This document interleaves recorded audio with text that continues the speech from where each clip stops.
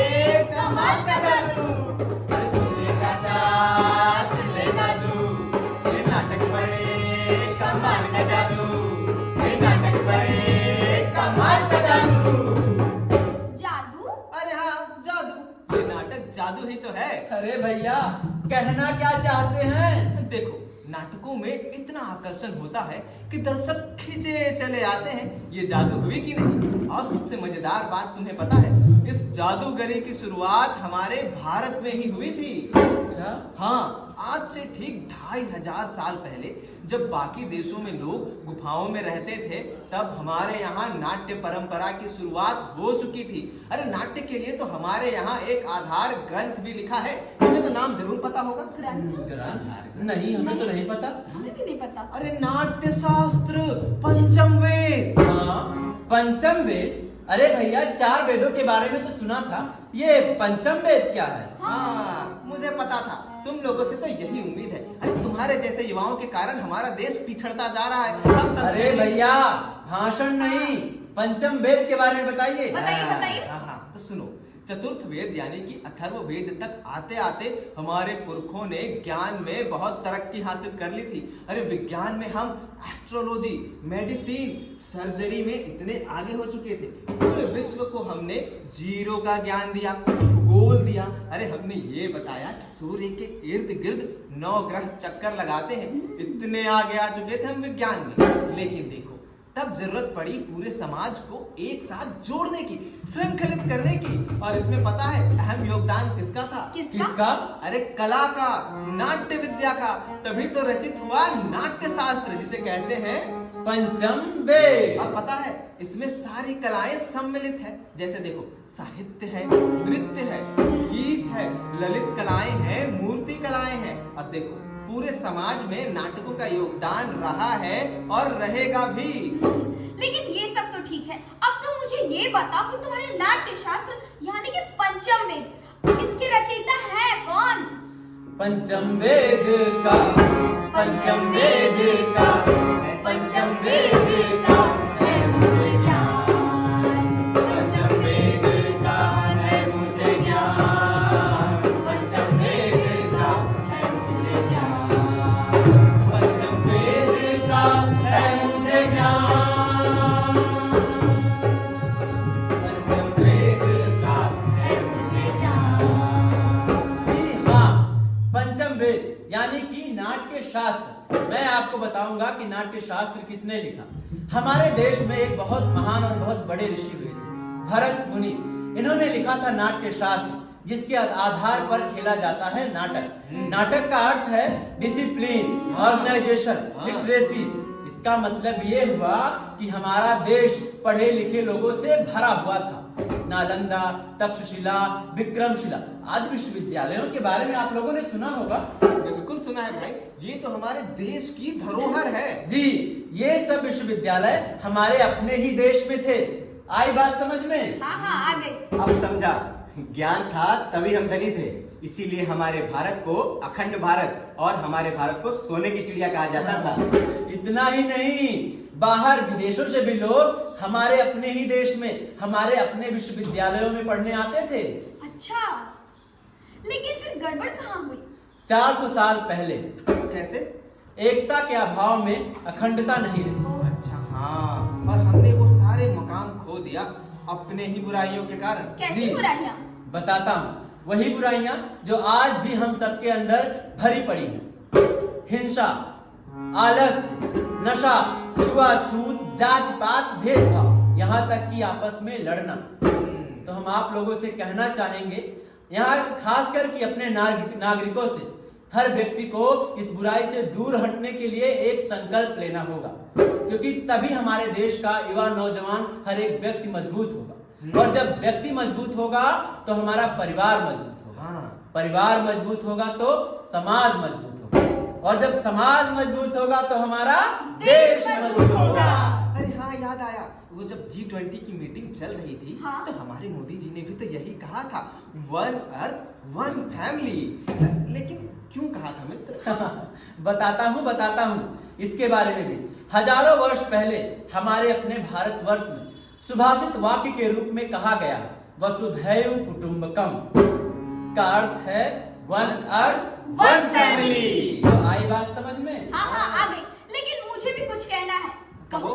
हाँ, कहो। हाँ, तो जब कोरोना का समय चल रहा था, उस समय चारों तरफ महामारी फैली हुई थी, सब लोग मर रहे थे, त्राहिमाम मचा हुआ था। और तुम लोग जानते हो, उस समय इंडिया में बनी हुई मेडिसिन यानी कि कोवैक्सीन पूरे देश में, पूरे विश्व में बांटी जा रही थी। जी, बांटी नहीं जा रही थी, फ्री में दी जा रही थी। हाँ हाँ, फ्री में दी जा रही थी।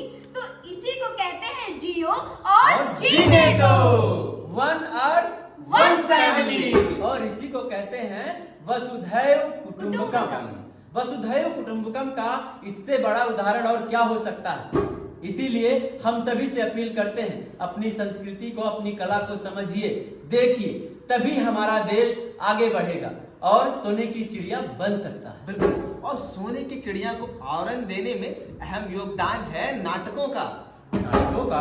अरे हाँ, कैसे? मैं बताता हूँ। देखो, जब पूरे विश्व में आज लोग लड़ रहे हैं, एक दूसरे से युद्ध कर रहे हैं, तब भारत में भारत रंग महोत्सव का आयोजन हो रहा है, जिसमें देश विदेश के कलाकार एक साथ मिल रहे हैं, ज्ञान का आदान प्रदान हो रहा है, संस्कृति का आदान प्रदान हो रहा है। और इसी विचार के साथ अगर हम आगे बढ़ते रहें तो देखना, एक दिन भारत बन जाएगा सोने की चिड़िया।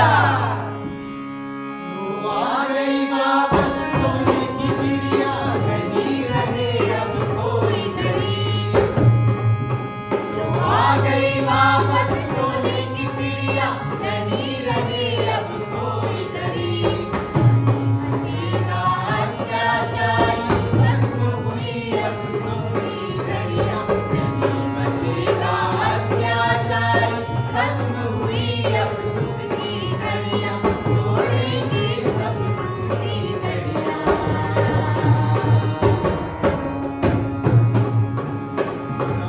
तुझको जाने दूंगा, लौट रही है हमारी चिड़िया।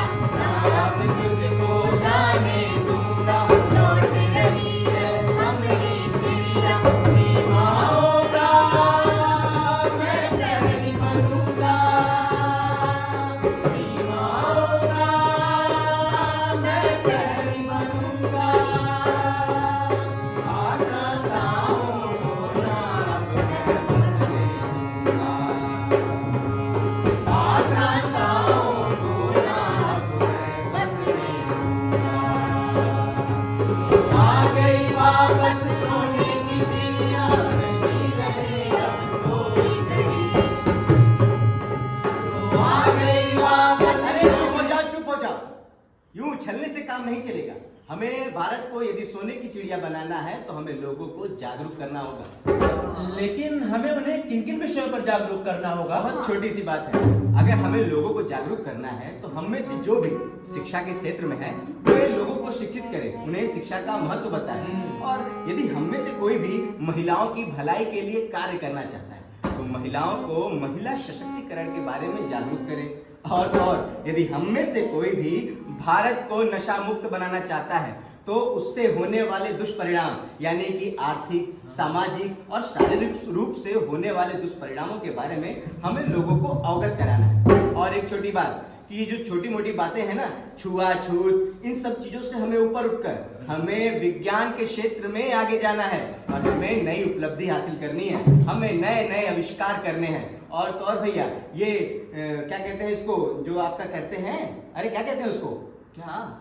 अरे हमें दूसरे देशों पर निर्भर नहीं रहना हाँ, है, हमें दूसरे देशों पर निर्भर न होकर आत्मनिर्भर बनना होगा। अरे भैया, हम मतलब विज्ञान पर निर्भर होकर के हम सब काम कर लेंगे। अरे नहीं भैया, विज्ञान पे निर्भर होने को आपको कौन कहता है? जैसे कि नाट्य शास्त्र में जिन चीजों को दिया गया है उन चीजों का हमें पालन करना होगा। अपनी संस्कृति को आगे बढ़ाने के लिए युवाओं को जागरूक करना होगा और तो और हमारे जितने भी धरोहर है उनसे अपने युवाओं को परिचित कराना होगा। अपनी भाषा को, अपनी संस्कृति को और अपनी धरोहर को आगे ले जाने के लिए अग्रसर होना पड़ेगा। तभी होगा सबका साथ, सबका विकास और सबका प्रयास, सबका विश्वास। तभी हम करेंगे विश्व गुरु बनने की तरफ आगे जाएंगे और उसका नेतृत्व कर सकेंगे। सुन के तो लग रहा है कि हम नारा लगा ही दे, मैडम जी की जय। अरे मैडम जी, आप जो कह रही है ना वो तो लगता है कि नेताओं के लिए, सामाजिक कार्यकर्ताओं के लिए काम तो आएगा, लेकिन हम तो ठहरे रंगकर्मी, नाटक करते हैं, हम कैसे योगदान दें? रंगकर्मी नहीं, रंगधर्मी। आप लोग अपने नाटक के माध्यम से भी लोगों को जागरूक कर सकते हैं। आप समाज में हो रही अत्याचारों को देख ही रहे होंगे, उस पर एक नाटक लिखिए और आप 4 दोस्त मिलकर उस पर एक नाटक करिए और देखिए उस किस प्रकार समाज हमारा जागरूक होता है। अरे हाँ, अब देखो, जब समाज जागरूक होगा नाटकों से तो देश विकसित होगा और जब देश विकसित होगा तो हम क्या बनेंगे? विश्व गुरु। बनके रहेंगे, लक्ष्य हमने साधा, लक्ष्य हमने साधा। विश्व गुरु हम बनके रहेंगे, लक्ष्य हमने साधा, लक्ष्य हमने साधा। जातिवाद से ऊपर उठ, आगे बढ़ने का इरादा, जातिवाद से ऊपर उठ, आगे बढ़ने का इरादा। विश्व गुरु बनने का इरादा, विश्व गुरु बनने का इरादा।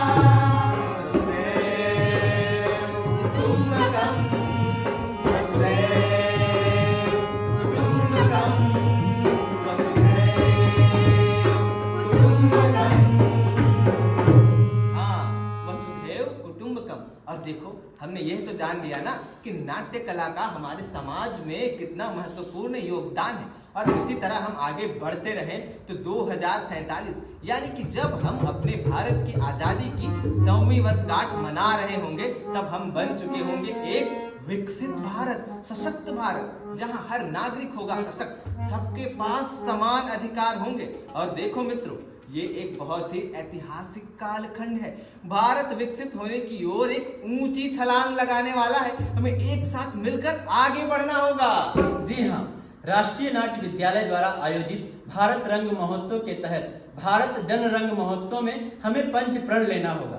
अपनी शिक्षा को, अपनी कला को, अपनी संस्कृति को, अपनी अच्छाइयों को समझना होगा, उसे जानना होगा और तभी हमें इस तरह से योगदान दे करके भारत को विश्व गुरु की ओर ले जा सकते हैं। तो आइए हम सब मिलकर प्रण लेते हैं, हमारे साथ दोहराइए। विकसित भारत का लक्ष्य, विकसित भारत का लक्ष्य, गुलामी के हर अंश से मुक्ति, गुलामी के हर अंश से मुक्ति, अपनी विरासत पर गर्व, अपनी विरासत पर गर्व, एकता और एकजुटता, एकता और एकजुटता, नागरिकों के कर्तव्य का भाव, नागरिकों के कर्तव्य का भाव। इसी को तो कहते हैं वसुधैव कुटुंबकम। कुटुंबकम, वसुधैव कुटुंबकम। वंदे भारत जय जय भारत, वंदे भारत जय जय भारत। वसुधैव कुटुंबकम।